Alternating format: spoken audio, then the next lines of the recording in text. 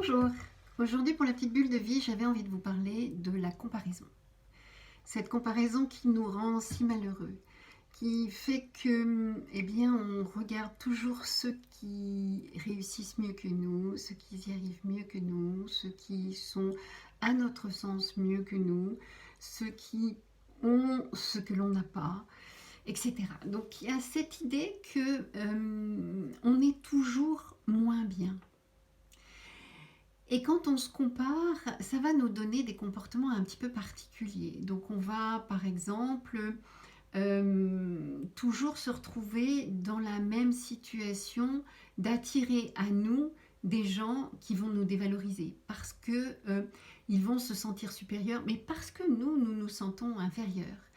On va mettre en place des schémas où on va rencontrer quelqu'un qui a eu d'autres personnes dans sa vie que l'on imagine être mieux que nous.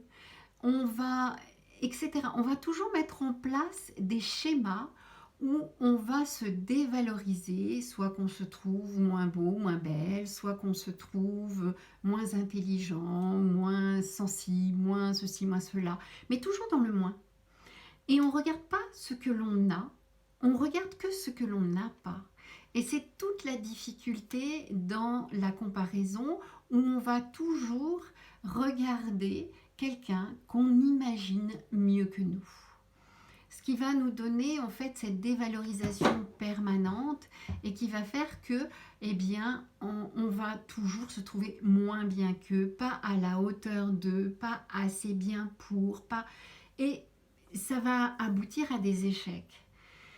Donc je vous invite à regarder un petit peu, est-ce que vous comparez aux autres ou juste vous arrivez à regarder votre valeur sans comparaison parce que lui ou elle sait mieux ceci ou cela ou arrive mieux ceci ou cela. Juste de regarder quelles sont mes qualités, qu'est-ce que j'ai comme compétences, qu'est-ce que je peux émaner comme vibration, qu'est-ce qui va petit à petit correspondre à qui je suis fondamentalement plutôt que par rapport à l'autre. Donc, comment petit à petit je peux être en critère interne plutôt qu'en critère externe, c'est-à-dire par rapport à quelqu'un. Voilà, c'était la petite réflexion du jour. Vous pouvez toujours me retrouver sur YouTube, Instagram et Facebook. Bye bye!